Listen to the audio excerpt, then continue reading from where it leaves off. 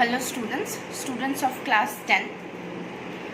तुम लोगों को तो पता ही है कि हम लोग अभी स्कूल नहीं आ सकते, पर ऑब्वियसली तुम लोग का बोर्ड एग्ज़ाम है तो तुम लोग के लिए you can't really deny the fact कि तुम लोगों को पढ़ना भी है, हम लोग को सिलेबस भी आगे ले जाना है। एट द सेम टाइम तुम लोग को घर में बैठ के चीज़ों को रिविजन्स देना है।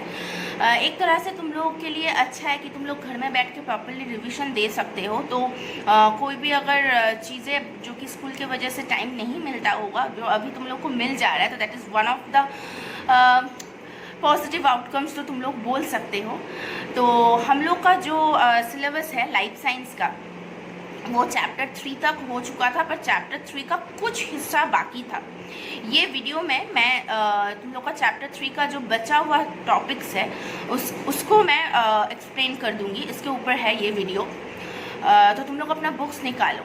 तो पहला जो है वो है कि ये वीडियो जो होगा वो 2 स्टेप्स में होगा। पहला जो वीडियो है जो कि मैं सामने सामने तुम लोग को एक्सप्लेन कर पाऊंगी वो टॉपिक्स के ऊपर है, और एक जो बाद में जो वीडियो होगा इसका ही सेकंड पार्ट, उसमें कुछ मुझे लिख के एक्सप्लेन करना है। जो तुम लोग को पता ही है मेरा बोर्ड वर्क्स बहुत ज़्यादा होता है, तो वो लिख के एक्सप्लेनेशंस जो है वो second part of the video में मैं समझाऊंगी। ओके, तो जो चैप्टर 3 है जिसमें जो 3 टॉपिक हम लोग का बाकी था, वो 3 टॉपिक था। एक है डाइहाइब्रिड क्रॉस, चेकर बोर्ड के द्वारा जो एक्सप्लेनेशन है वो।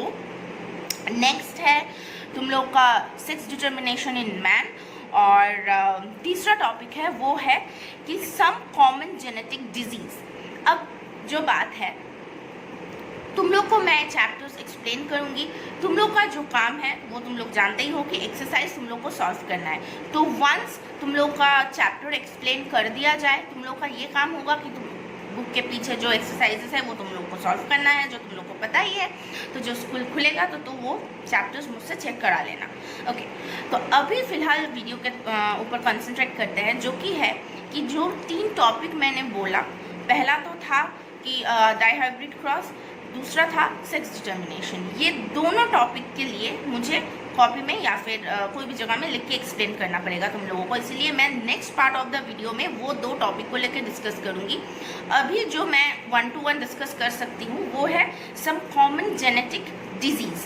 तो तुम लोग बुक निकालो, पेज नंबर 87।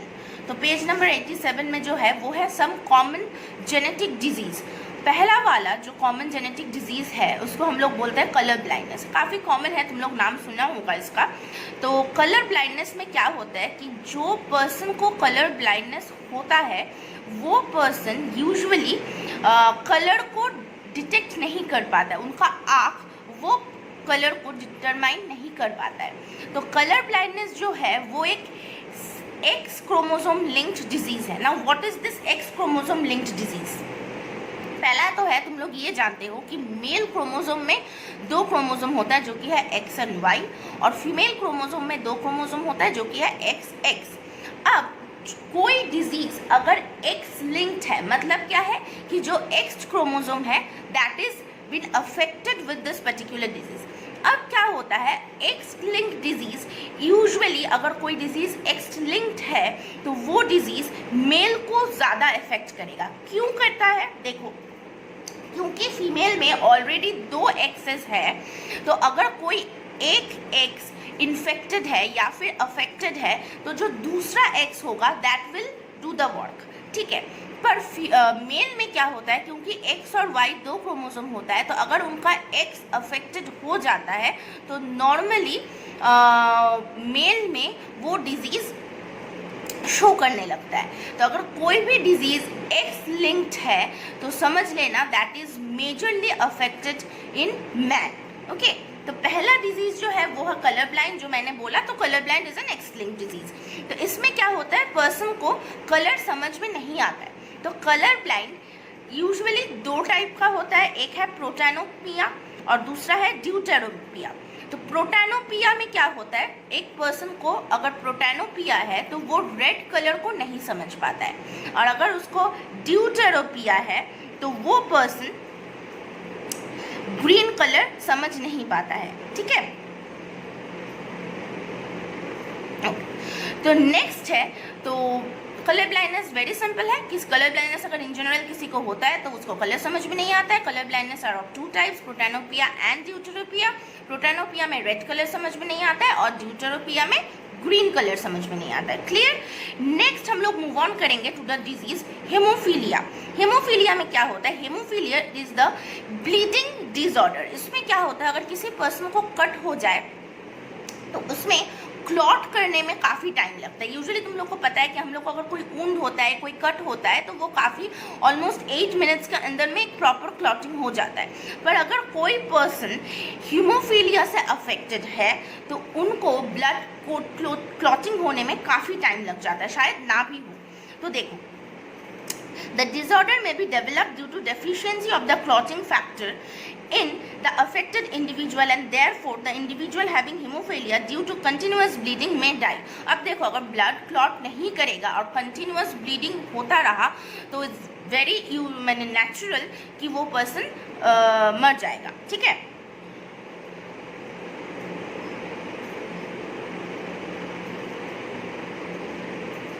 हेमोफीलिया भी एक एक्स-लिंक्ड रिसेसिव डिफेक्ट है जो कि मैन में पाया जाता है, but this are usually female में जो ये डिजीज होता है तो फीमेल यूजुअली कैरियर होता है. अब तुम लोग को समझना पड़ेगा कि एक्चुअल डिजीज और कैरियर में क्या फ़र्क होता है. कैरियर में जो होता है, अगर कोई इंसान कैरियर है तो इसका मतलब ये नहीं है कि उसका हीमोफीलिया मेजरली अफेक्टेड है. मतलब वो कैरियर है, वो अपने प्रोजेनी में वो डिजीज़ को ट्रांसफ़र कर सकता है. अगर पर कोई इंसान अगर अफेक्टेड है तो उनको सीरियसली वो डिजीज़ है, और जो कैरियर होता है उन पे वो डिजीज़ यूजुअली ज़्यादा मेजरली अफेक्ट नहीं करता है. The only thing they can do is that is they can transfer the disease to the next generation or to the next progeny. Okay. Next है हम लोग का thalassemia. Thalassemia is a genetic disease result due to the mutation of the haemoglobin producing gene. अब haemoglobin protein होता है जो एक specific genetic codon द्वारा तैयार होता है.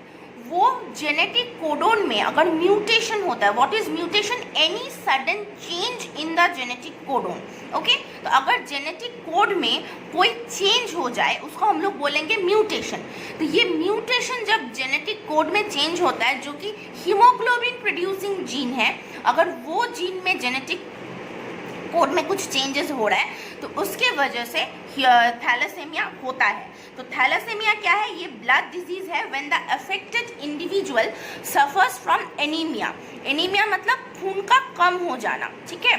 About 3 to 4% of Indian population suffers from thalassemia. तो समझ सकते हो, अगर इंडियन पॉपुलेशन 130 करोड़ का होता है तो उसमें 3 to 4% is quite a huge number.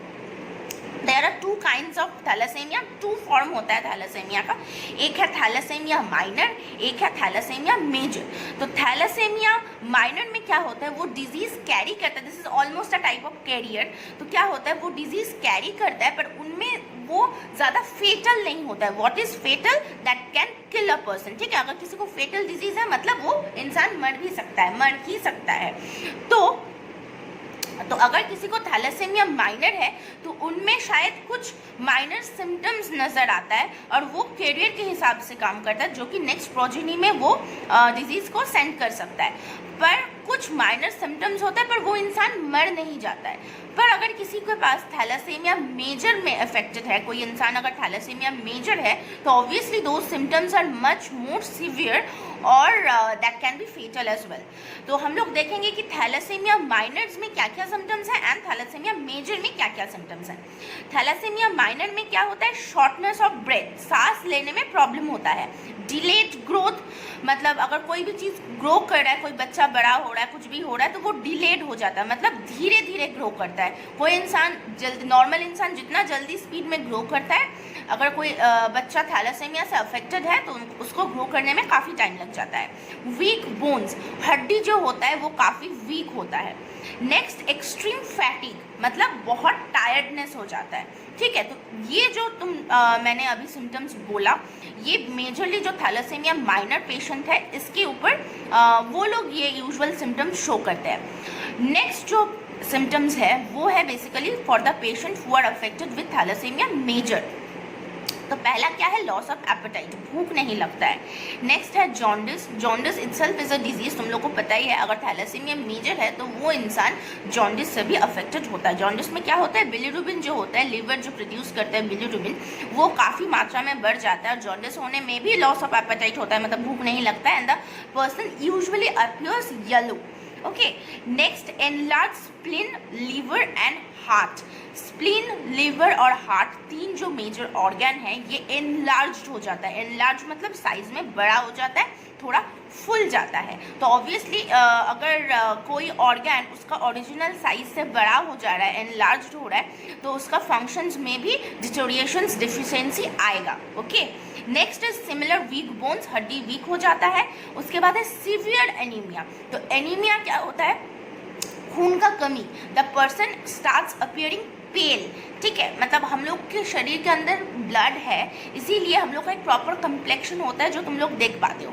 पर अगर यही ब्लड का जो अमाउंट है वो घट रहा है, तो क्या होता है, वो पर्सन जो होता है वो काफ़ी पेल नज़र आने लगता है। ठीक है, मतलब थोड़ा वाइटिश इस तरह से नज़र आता है। नेक्स्ट देखो है डार्क कलर्ड यूरिन। जो यूरिन है उसका कलर यूजुअली स्ट्रॉ कलर होता है। एक जनरल नॉर्मल पर्सन का यूरिन का कलर स्ट्रॉ कलर होता है, पर अगर कोई इंसान थैलेसीमिया मेजर से अफेक्टेड है तो उसका यूरिन का कलर यूजुअली डार्क हो जाता है। ओके, कॉन्सिक्वेंसेस, क्या क्या प्रॉब्लम हो सकता है इसके वजह से। पेशेंट विथ थैलेसीमिया माइनर में सर्वाइव, अगर किसी को थैलेसीमिया माइनर है तो यूजुअली बच जाता है, प्रॉब्लम नहीं होता है। But those affected by thalassaemia major survive no long, वो लोग ज़्यादा दिन तक जिंदा नहीं रह सकते। ठीक है, only with the help of blood transfusion they may help for survival for short period. The disease is autosomally inherited. Two parents having the defective gene in heterozygous condition may produce thalassaemic baby.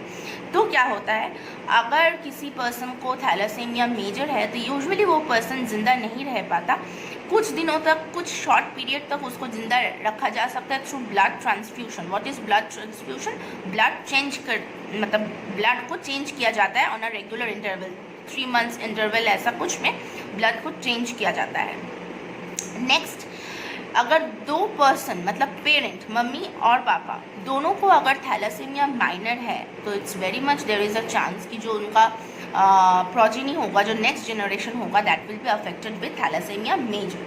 तो यही thalassaemia के ऊपर काफ़ी सारा cases होता है। जैसे मैंने बोला कि 3 to 4% of the population, Indian population is affected with thalassemia. और अगर both parents are affected with thalassemia minor, अगर सिंगल पेरेंट अफेक्टेड है, मतलब एक पेरेंट नॉर्मल है और एक पेरेंट थैलेसीमिया जस्ट कैरियर है, माइनर है, तो नॉर्मली वो प्रोजेनी में ट्रांसफ़र नहीं होता है, मेजर नहीं होता है। पर अगर दोनों parents are thalassemia minor, so there is a huge chance that the baby that will be produced will also be thalassemia major. तो इसके वजह से जेनेटिक काउंसलिंग कराना बहुत ज़रूरी होता है। तो नेक्स्ट टॉपिक वही है कि genetic counselling, why is it important इसके वजह से ही है कि हम लोग के पास, मतलब हम लोग के यहाँ पे बहुत सारा जीन रिलेटेड डिजीजेस है जो कि काफ़ी फेटल भी है, नॉन फेटल भी है, but they are obviously disease and they can be avoided by a proper genetic counselling. तो before going for a next generation or probably before marriage, genetic counselling करना ज़रूरी होता है कि अगर किसी के पास कोई जेनेटिक डिसऑर्डर है, मतलब कोई इंसान is affected with genetic disorder, तो उसका पार्टनर किस तरह से अफेक्टेड है या फिर नहीं है, तो उनका नेक्स्ट जनरेशन जो होगा वो प्रॉपर होगा। इसके वजह से जेनेटिक काउंसलिंग काफ़ी इंपॉर्टेंट होता है। तो नाउ अ डेज ये जेनेटिक काउंसलिंग काफ़ी पॉपुलर हो चुका है, people are doing it, and which is a very very very important step. तो दैट्स इट, ये वाला टॉपिक में इतना दूर ही था, कॉमन जेनेटिक डिजीज़। तो तुम लोग को जो करना है, तुम लोग को MCQ जो तुम लोग यूजुअली करते हो, तुम लोग को पता ही होता है, जो नहीं भी करते हो तो MCQ है, फिल इन द ब्लैंक्स है, नॉर्मल क्वेश्चन आंसर्स है जो तुम लोग सॉल्व करोगे। और बाकी रहा 2 टॉपिक विच इज़ तुम लोग का जो 2 टॉपिक मैंने बोला, वो एक है मेंडल का डाईहाइब्रिड क्रॉस और एक है सेक्स डिटर्मिनेशन इन मैन। वो 2 टॉपिक एक्सप्लेन करने के लिए मुझे कुछ लिख के एक्सप्लेन करना पड़ेगा, तो which I will be doing it in the next part of the video. So after watching this video please do watch the next part, otherwise the chapter won't get complete. Alright, तो ये 2 part होने के बाद हम लोग फिर chapter 4 में move on करेंगे। Alright, thank you. Welcome students of class 10। तो ये जो दूसरा टॉपिक है वो है मेंडल्स डाईहाइब्रिड क्रॉस, जो मैं बोल रही थी कि लिख के एक्सप्लेन करना पड़ेगा। तो डाईहाइब्रिड नाम से तुम लोग को समझ में आ रहा है कि यहाँ पे दो फैक्टर्स इन्वॉल्व है। जो हम लोग स्कूल में हम लोग किए थे वो मोनोहाइब्रिड क्रॉस था, जिसमें एक ही कैरेक्टर के ऊपर डिपेंड करके वो क्रॉस था कि एक ही कैरेक्टर होगा, या तो कलर या तो हाइट, इसके हिसाब से था। और यहाँ पे दो कैरेक्टर के ऊपर डिपेंड करके ये क्रॉस किया जाता है। तो देखो पहला वाला कौन सा कैरेक्टर है, वो है पी प्लांट का जो सीड है, मतलब जो उसका बीज है, उसका दो कैरेक्टर है। दो कैरेक्टर में एक है कलर जो कि है येलो, दूसरा है शेप जो कि है राउंड शेप। तो येलो राउंड जो कि गैमेटिकली हम लोग उसको लिखते हैं capital Y capital Y capital R. Okay, next देखो green wrinkle pea seed. Green colour, wrinkle is the shape. Wrinkle shape मतलब थोड़ा मुरझाया हुआ, ठीक है, थोड़ा चिपसाया हुआ जो शेप होता है वो पी सीड, जो हम लोग गैमेटिकली किस तरह से लिखते हैं, small Y small R. Okay, तो देखो यहाँ पे हम लोग जी या फिर डब्ल्यू यूज नहीं कर रहे हैं। डोमिनेट कैरेक्टर में जो अल्फ़ाबेट हम लोगों ने यूज किया है वही वाला स्मॉल लेटर वाला अल्फ़ाबेट हम लोग जो रिसेसिव कैरेक्टर है उसमें हम लोग यूज करते हैं। तो देखो डोमिनेटिंग कैरेक्टर यहाँ पे क्या है, येलो राउंड, और यहाँ पे रिसेसिव कैरेक्टर क्या है, ग्रीन रिंकल्ड। तो इसको पहले हम लोग क्या किया जाता है, इसका F1 जनरेशन सेल्फ किया जाता है। F1 जनरेशन मतलब पहला जनरेशन। तो कैपिटल वाई कैपिटल आर से हम लोग एक एक करके गैमेट लेंगे, एक वाई लेंगे एक आर लेंगे। तो एक कैपिटल वाई और एक कैपिटल आर। यहाँ पे जो रिसेसिव कैरेक्टर है सिमिलरली यहाँ पे स्मॉल वाई लेंगे एक और एक स्मॉल आर लेंगे। तो दोनों क्या हुआ, एक हुआ कैपिटल आर, एक है स्मॉल वाई स्मॉल आर। दोनों मिला के जो बनता है capital Y capital R small R, ये है हम लोग का F1 जनरेशन। अब F1 जनरेशन को अगर हम लोग सेल्फ फर्टिलाइज करेंगे, what is this self fertilisation, कि यही वाला जो है इसको हम लोग यही गैमेट से क्रॉस करेंगे सेम, मतलब कैपिटल वाई स्मॉल वाई और कैपिटल आर स्मॉल आर को यही वाले चीज से फिर से capital Y capital R small R के साथ क्रॉस करेंगे, जिसको हम लोग बोलेंगे सेल्फ फर्टिलाइजेशन। तो क्रॉस करने के टाइम पे हम लोग कैसे करेंगे, देखो पहला तो होगा कि यहाँ पे क्या क्या गैमेटिक परम्यूटेशन कॉम्बिनेशन हम लोग कर सकते हैं। या तो यहाँ पे क्या लिख सकते हैं, एक कैपिटल वाई एक कैपिटल आर, दूसरा हो सकता है कैपिटल वाई स्मॉल आर, तीसरा हो सकता है स्मॉल वाई कैपिटल आर, और फोर्थ वन हो सकता है स्मॉल वाई स्मॉल आर। ये चार gametic permutation combination is possible. अब इसमें हम लोग जाएंगे चेकर बोर्ड किस तरह से हम लोग करेंगे, इसके ऊपर डिपेंडेंट है। तो पहले हम लोग क्या करेंगे, जो गैमेट हम लोगों ने फॉर्म किया वो गैमेट को यहाँ पे लिखेंगे, किस तरह से, फॉलो।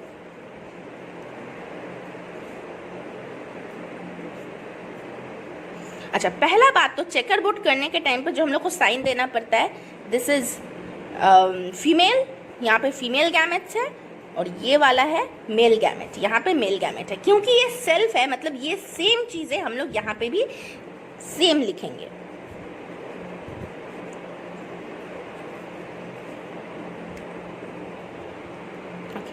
फिर हम लोग इसको क्रॉस करेंगे, यहाँ पे जो है सिमिलर चीज लिखेंगे। यहाँ पे भी कैपिटल वाई है, यहाँ पे भी कैपिटल वाई है, capital Y capital R. Similarly सारा करेंगे, capital Y capital R small R. यहाँ पे है capital Y small Y capital R capital Y small Y capital R small R. इस तरह से बाकी सारा हम लोग करेंगे।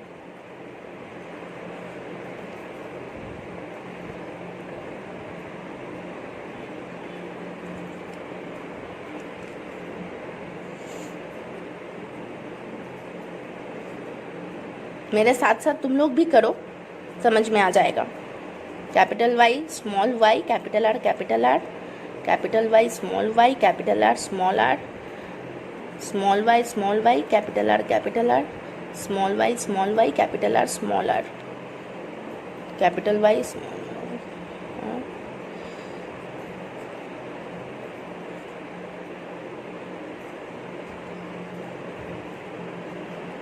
ओके देखो, तो देखो यहाँ पे सारा क्रॉस कंप्लीटेड हो चुका है। 16 क्रॉसेस मतलब 16 पॉसिबल क्रॉसेस फॉर्म किया गया है। अब यहाँ पे तुम लोग जो देख के तुम लोग को समझना पड़ेगा वो है कि अगर किसी के पास कैपिटल वाई और कैपिटल आर है तो वो ऑब्वियसली येलो राउंड होगा, और ये वाला जो है जहाँ पे स्मॉल वाई और स्मॉल आर है वो ग्रीन रिंकल्ड होगा। क्योंकि डोमिनेटिंग जीन का एक फैक्टर काम करता है, तो किसी भी कॉम्बिनेशन में अगर मिनिमम एक कैपिटल वाई होता है तो वो येलो हो जाएगा, और अगर मिनिमम एक कैपिटल आर होता है तो वो राउंड हो जाएगा। तो तुम्हें ग्रीन करने के लिए दोनों स्मॉल वाई ज़रूरी है और रिंकल्ड करने के लिए दोनों स्मॉल आर ज़रूरी है। तो अगर एक भी कैपिटल आर हो जा रहा है तो वो राउंड हो जाएगा, और अगर एक भी कैपिटल वाई प्रेजेंट है तो वो येलो हो जाएगा। तो यहाँ पे हम लोग देखेंगे कि यहाँ पे कितना सारा क्या क्या कॉम्बिनेशन अवेलेबल है, ठीक है।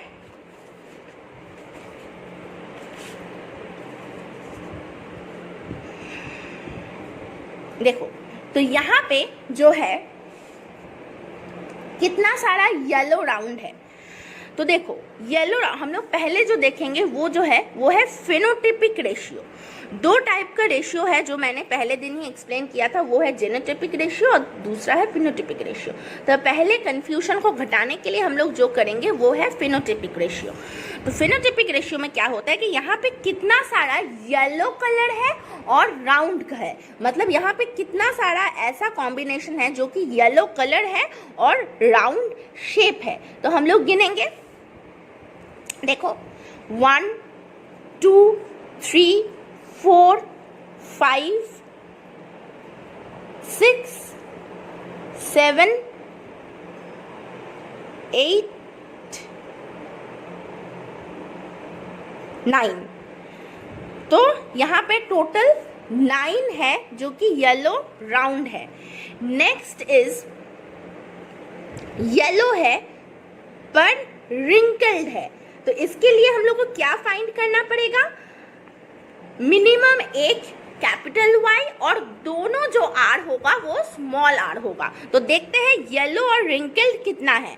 तो ये वाला यहाँ पे देखो दोनों स्मॉल आर है पर दो कैपिटल वाई है, तो ये होगा एक येलो रिंकल। तो ये है yellow wrinkle 1, yellow wrinkle 2 and yellow wrinkle 3। Okay, तो 3 है येलो रिंकल्ड। नेक्स्ट हम लोग देखेंगे ग्रीन पर राउंड, मतलब है ग्रीन कलर पर शेप है राउंड। इसके लिए हम लोग को क्या फाइंड करना पड़ेगा, 2 स्मॉल वाई और मिनिमम एक कैपिटल आर, या तो 2 कैपिटल आर हो सकता है कोई प्रॉब्लम नहीं है, पर मिनिमम एक कैपिटल आर चाहिए और दोनों स्मॉल वाई चाहिए। तो हम लोग देखेंगे यहाँ पे कितना है, दोनों स्मॉल वाई देखो, एक this is green wrinkle, 2 green wrinkle और 3 ग्रीन रिंकल। तो similar green round, very sorry, green round 1, green round 2, green round 3।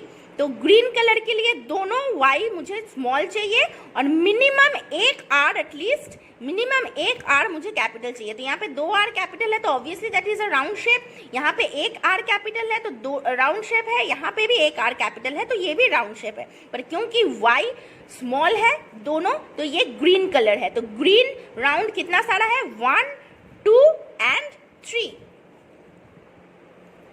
Next will be green और रिंकल्ड, जिसके लिए मुझे येलो मतलब वाई भी स्मॉल लेटर चाहिए दोनों और आर भी स्मॉल लेटर चाहिए दोनों, जो कि सिर्फ ये वाला कॉम्बिनेशन में ही मौजूद है। सिर्फ एक ही ऐसा फीचर है जहाँ पे 2 वाई स्मॉल है और 2 आर भी स्मॉल है, तो 1। तो यहाँ पे हम लोग देख सकते हैं। तो फिनोटाइपिक रेशियो क्या आ रहा है, 9:3:3:1। तो ये है मेंडल डाइहाइब्रिड क्रॉस का फिनोटाइपिक रेशियो। ठीक है। तो जितना डाइहाइब्रिड क्रॉस होता है इन जनरलाइज्ड सब डाइहाइब्रिड क्रॉस का जो फिनोटाइपिक रेशियो होता है वो 9:3:3:1 ही होता है। Next come to the genotypic ratio. Genotypic ratio is याद करने में इज़ वेरी हार्ड। तुम लोग फिनोटाइपिक रेशियो याद कर सकते हो, जो कि MCQ में बहुत आता है ये वाला क्वेश्चन, तो this is very very important. पर जीनोटाइपिक रेशियो हम लोग कभी याद नहीं कर पाएंगे, that is a very hard thing to do. Genotypic ratio में क्या करना पड़ता है कि कितना सारा पॉसिबल कॉम्बिनेशन है, कि कैपिटल वाई स्मॉल आर कितना है, मतलब कितना पॉसिबल कॉम्बिनेशन यहाँ पे है। देखो ये एक टाइप का कॉम्बिनेशन है जो कि कैपिटल वाई कैपिटल आर है, तो ये वाला जो कॉम्बिनेशन है वो एक ही है, तो इसको हम लोग एक ही लिखेंगे। उसके बाद देखेंगे कि कैपिटल वाई मतलब दोनों कैपिटल वाई है पर आर एक छोटा है और एक बड़ा है, इस तरह का कितना सारा है। तो इस तरह से ये एक है जहाँ पे दोनों कैपिटल वाई है, और है यहाँ पे है जहाँ पे दोनों कैपिटल वाई है 1 2, और है और नहीं है 2 ही है। नेक्स्ट हम लोग देखेंगे कि कैपिटल आर कितना सारा है पर वाई एक छोटा एक बड़ा हो सकता है। तो यहाँ पे देखो एक कैपिटल आर है, वाई एक छोटा एक बड़ा है, और 2 कैपिटल आर यहाँ पे भी है, ठीक है, वाई छोटा एक बड़ा है, और यहाँ और नहीं है कि वाई छोटा और एक बड़ा और 2 कैपिटल आर यहीं पे है, तो 2 combination is only possible. Next हम लोग देखेंगे कि एक छोटा वाई एक बड़ा वाई और एक बड़ा आर और एक छोटा आर, तो यहाँ पे कितना सारा वो पॉसिबल कॉम्बिनेशन है, चलो देखते हैं। 1, उसके बाद है 2 3 4, बस दैट्स इट, 4 ही है। 1 सॉरी ये वाला नहीं है, ये वाला wait I am confusing, capital Y और स्मॉल वाई, तो 1, उसके बाद है देखो 2, उसके बाद है 3, उसके बाद है 4, तो ऐसा कॉम्बिनेशन 4 ही है जहाँ पे एक छोटा है एक बड़ा है, ऐसा 4 कॉम्बिनेशन है, तो यहाँ पे लिखेंगे 4। उसके बाद हम लोग जाएंगे जहाँ पे 2 स्मॉल वाई होगा और कैपिटल आर 2 बड़ा होगा, ठीक है, इस तरह का कॉम्बिनेशन यहाँ पे एक ही है जो कि है 1। उसके बाद जाएगा कि 2 स्मॉल आर है और वाई और कैपिटल वाई बड़ा छोटा है, उस तरह का कॉम्बिनेशन है यहाँ पे 2, देखो 2।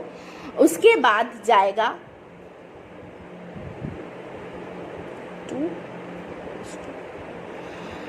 हाँ, उसके बाद 2 वाई और मतलब 2 कैपिटल आर छोटा होगा, 2 आर छोटा होगा और वाई बड़ा होगा, उस तरह का कॉम्बिनेशन है 1।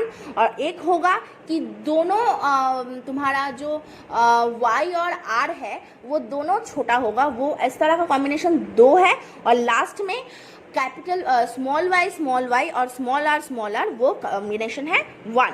तो ये है तुम्हारा जीनोटाइपिक कॉम्बिनेशन, ठीक है। तो जीनोटाइपिक कॉम्बिनेशन में कुछ नहीं है कि कितना वेरिएंट्स ऑफ कॉम्बिनेशन है वो तुम लोग को देख के समझना पड़ेगा, कितना वेरिएशंस ऑफ कॉम्बिनेशन अवेलेबल है वो देख के तुम लोगों को समझना पड़ेगा, ठीक है। ये देख लो, ये देखने में एकदम प्रॉपर होगा तुम लोगों का ये वाला। यहाँ पे देखो capital Y capital R capital Y एक है, उसके बाद कैपिटल वाई और एक बड़ा आर छोटा आर, ऐसा कॉम्बिनेशन 2 है। फिर यहाँ पे देखो एक छोटा वाई एक बड़ा वाई दोनों बड़ा आर, ऐसा कॉम्बिनेशन 2 है। फिर है यहाँ पे देखो कि एक छोटा वाई एक बड़ा वाई एक छोटा आर एक बड़ा आर, ऐसा कॉम्बिनेशन 4 है। फिर देखो दोनों कैपिटल वाई दोनों कैपिटल स्मॉल आर, ऐसा 1 है। फिर देखो एक कैपिटल वाई 2 स्मॉल आर 2, उसके बाद 2 स्मॉल वाई 2 कैपिटल आर, ऐसा 1 है। फिर दोनों स्मॉल वाई है, एक कैपिटल आर एक स्मॉल आर है 2 है, और यहाँ पे है दोनों मतलब चारों स्मॉल लेटर है, ऐसा कॉम्बिनेशन 1 है। तो ये वाला जो चार्ट है ये प्रॉपरली फॉलो करना, तुम लोग को समझ में आ जाएगा। जो तुम लोग का चेकर बोर्ड है वो देख के ये फॉलो करना, ये प्रॉपरली समझ में आ जाएगा, ओके। तो ये गया तुम्हारा phenotypic and genotypic ratio. Okay, next जो टॉपिक है जो मैंने बोला था कि ये चैप्टर में last topic, that is sex determination in human. This is a very easy topic, अगर तुम लोग को समझ में आ जाता है this is very easy, but at the same time it is very important as well, because ये बोर्ड एग्जाम्स में ये वाला टॉपिक काफ़ी आता है, या तो शॉर्ट आंसर्स में या तो लॉन्ग आंसर्स में ये टॉपिक काफ़ी आता है। तो this is a star mark explanation या फिर स्टार मार्क टॉपिक। तो देखो यहाँ पे जो होता है, जो मेल होता है उसमें जो जीन है वो है एक्स वाई, जो फीमेल होता है उनमें जो जीन होता है एक्स एक्स। ओके, अगर क्रॉसिंग के दौरान क्या होता है, मेल क्या देगा, अच्छा यहाँ पे देख लो क्रॉसिंग के दौरान। अच्छा, वन मोर थिंग, अगर मैं इसको उल्टा करके लिखूँ तो तुम लोग को समझ में बेटर होगा। तो यहाँ पे हम लोग देखते हैं कि फीमेल पहले लिखते हैं, फीमेल को अगर हम लोग मेल के साथ क्रॉस कराते हैं, don't look at this, female, female क्या है एक्स एक्स और मेल क्या है एक्स वाई। तो जब क्रॉस होता है तो फीमेल क्या दे सकता है, फीमेल एक्स ही दे सकता है, फीमेल और कुछ नहीं दे सकता है। तो यहाँ पे अगर फीमेल एक्स दे रहा है और मेल भी एक्स ही दे रहा है क्रॉसिंग में, तो देयर कम्स एक्स एक्स, तो ये जो फॉर्म होगा this will be a daughter child.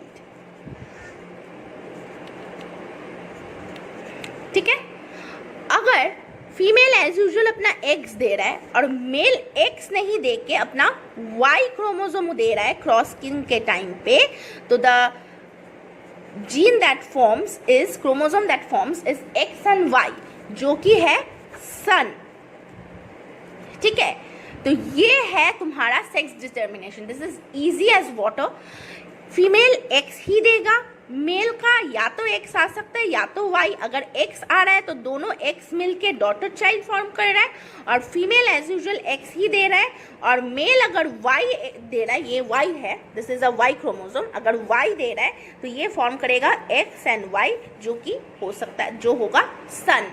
तो ये देख के तुम लोग को पता चल रहा है कि अगर कोई कपल का सन होता है या तो डॉटर होता है, that is entirely depend on the male chromosome, क्योंकि फीमेल के पास सिर्फ 2 एक्स ही अवेलेबल है। तो whatever the scenario is, a female can only donate it X chromosome, whereas male is the person जिसके पास 2 क्रोमोसोम प्रेजेंट होता है, एक एक्स एक वाई। तो अगर मेल एक्स क्रोमोसोम दे रहा है तो डॉटर हो रहा है, अगर मेल वाई क्रोमोसोम दे रहा है तो सन हो रहा है। तो obviously what ever the gene is getting crossed, I mean कोई भी क्रोमोसोम जो क्रॉस हो रहा है वो किसी के ऊपर डिपेंडेंट नहीं है, everything is a chance cross. तो I won't say that male are directly responsible, obviously not, but on a genetic level, if a child is a son or a daughter, on a genetic level obviously the male chromosome is responsible, not the female. तो ये रहा तुम लोग का sex determination. ये flow chart तुम लोग properly तुम लोग को बुक में दिया हुआ है।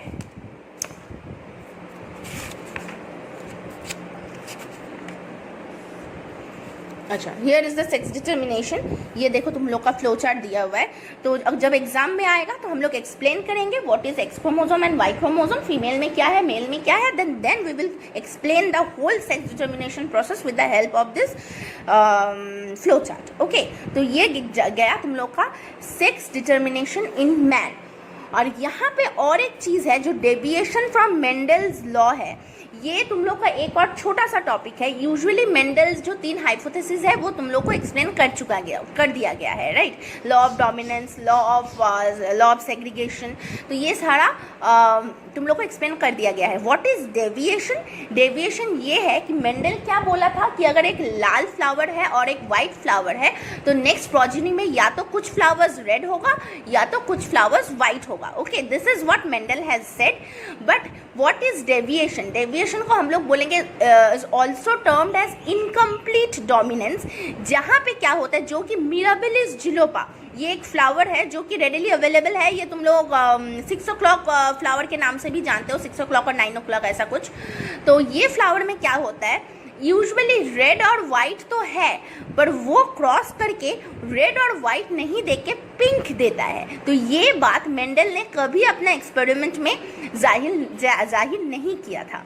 तो this is what that deviates from the Mendel's law, right. तो मेंडल ने क्या बोला था कि अगर वाइट और रेड फ्लावर है तो नेक्स्ट जनरेशन में कुछ फ्लावर्स रेड होगा, कुछ फ्लावर्स वाइट होगा, ठीक है।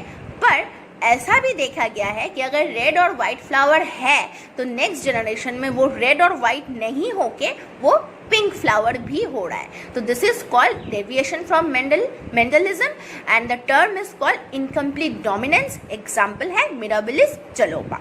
दैट्स इट, ये यही टॉपिक है। तो ओवरऑल हम लोग ने ये चैप्टर का सारा टॉपिक तुम लोग को एक्सप्लेन कर दिया है। तो दिस इज इट। अब तुम लोग का जो काम है वो है एक्सरसाइज सॉल्व करके स्कूल खुलने के बाद वो चेक कराना। Okay, thanks a lot.